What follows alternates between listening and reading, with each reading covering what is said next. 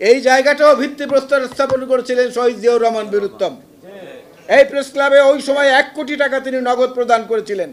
আজকের নেতারা সেটা সম্মানের সঙ্গে বলে না, স্বীকারও করে না।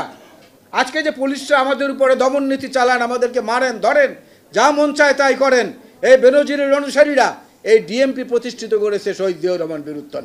যে যুদ্ধে যারা জয়লাভ করে তাদের কথা মতো ইতিহাস রচিত হয়, এটা ঠিক, কিন্তু যুদ্ধে যারা পরাজিত হয় তাদের নামও সম্মানের এবং শ্রদ্ধার সঙ্গে স্মরণ হয়, যার প্রমাণ নবাব সিরাজদৌলা।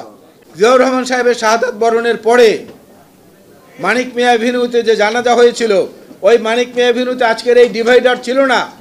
এই ডিভাইডারও স্থাপন করা হয়েছে প্রতিহিংসার কারণে। সেদিন এই ডিভাইডারবিহীন মানিক মিয়া এভিনিউ মানুষের মাথা ছাড়া আর কোনো কিছু দেখা যায় নাই, এবং 80 বছরের বৃদ্ধ থেকে 8 বছরের শিশু পর্যন্ত কারো চোখ সেদিন অশ্রুবিহীন ছিল না। সেদিন গোটা বাংলাদেশ চলন্ত জানাজার নগরীতে পরিণত হয়েছে। কোনো নেতার পারিবারিকভাবে এই পরিচয় নেই, এবং দেশনেত্রী বেগম খালেদা জিয়া আজকে যিনি, তাকেও আমাদের মহাসচিব প্রায়ই বলেন প্রথম নারী মুক্তিযোদ্ধা।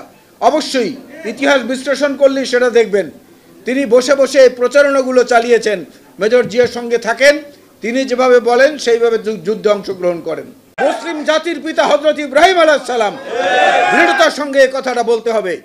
জাতির পিতা যাকে খুশি আপনারা বানান, কিন্তু কোনো সাচ্চা মুসলমান সেটা স্বীকার করে না। নিজের দুটো শিশু সন্তানকে নিয়ে যেখানে সেখানে ঝুঁকিপূর্ণ রাত কাটিয়েছেন, দিন কাটিয়েছেন। এটা তো অন্য কোনো নেতার পরিবারের মধ্যে নেই। আক্রোশটা, প্রতিহিংসাটা মূলত সেই জায়গা থেকেই। এরপরে যে কথা আমি বলছিলাম, যে আল্লাহর প্রেরিত মানুষদের অনুসরণ করে এখনো যারা এই সমাজে আছেন তাদের কিছু কিছু প্রমাণ এইভাবে পাওয়া যায়। হযরত ইব্রাহিম আলাইহিস সালাম, দৃঢ়তার সঙ্গে এই কথাটা বলতে হবে। জাতির পিতা যাকে খুশি আপনারা বানান, কিন্তু কোনো সাচ্চা মুসলমান সেটা স্বীকার করে না। মুখে না বললে অন্তর থেকে অন্তত স্বীকার করে না। জোর করে অনেক কিছু করা যায়, জোর করে ভালোবাসা নেওয়া যায় না। আপনাদের এখনো শিক্ষা হয় না? এখনো হয় না? হওয়া তো উচিত। এই ইসলামের উপরে কোনোদিন ধর্ম ব্যবসা জিয়াউর রহমানের মাধ্যমে হয় নাই, তিনি সেটা করেন নাই। বাইতুল মোকাররম মসজিদের এক্সটেনশনের ব্যাপারে, সম্প্রসারণের ব্যাপারে তার অবদান ছিল।